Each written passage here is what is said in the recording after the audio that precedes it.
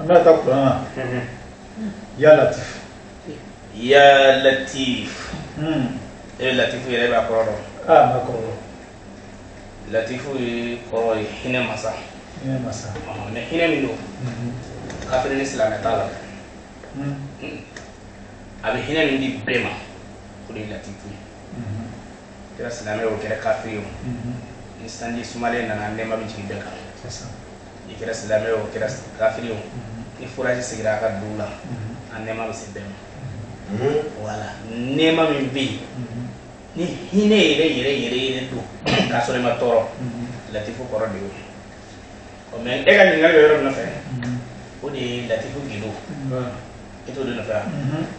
N bɛ Latifu gindo dɔ d'i ma mɔgɔ bɛ se ka segin a kan diɲɛlatigɛ don o don i bɛ ayatal kursi i b'a siɲɛ kɔnɔntɔn kɛ ka Latifu siɲɛ kɔnɔntɔn kɛ ka wahabu siɲɛ kɔnɔntɔn kɛ.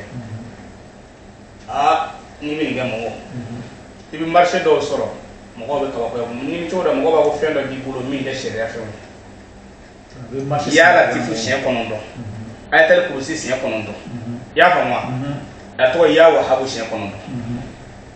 Karamɔgɔkɛ nin ye hakika ye i hakili to Latifu la Latifu ye fɛnba ye Latifu ye fɛnba ye. An bɛ continuer ni asubana. Hasbunallahu wa ni'mal wakil. Jawate e sigi yɔrɔ kelen ka nin to yen pewu ninnu ka yɛrɛ kana yɛrɛ. I y'a faamu?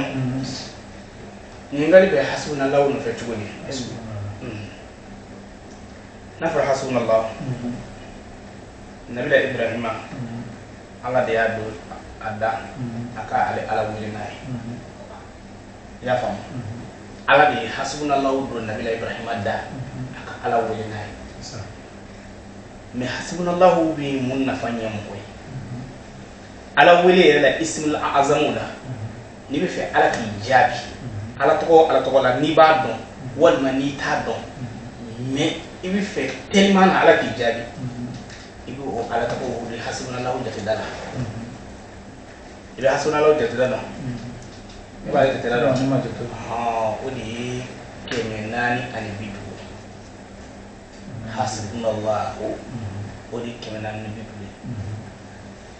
karamɔgɔkɛ n bɛ fɛn kelen f'i ye hasbunallahu wa ni'mal wakil adamaden kamana gannen mɔgɔw ko karisa kɔni a gana bolo dɛ fa tɛ ba tɛ balima tɛ walima a fa bɛ a ba bɛ nka nin ko in gana bolo dɛ wallahi i bɛ mɔgɔ ɲini a bɛ tamaro den 41 ɲini tamaro kelen ɲini a b'a den 41 ɲini a bɛ hasbunallahu kala o la 41 sigiyɔrɔma 41 a lamɛn dɛ hasbunallahu a bɛ tamaro den 41 ɲini ka hasbunallahu kala na siɲɛ 40 sigiyɔrɔma 41 sigiyɔrɔnin kelen na wallahi wuli ka taa i ko tamaro ta i k'a sara k'a di denmisɛnninw na o ko dilanna.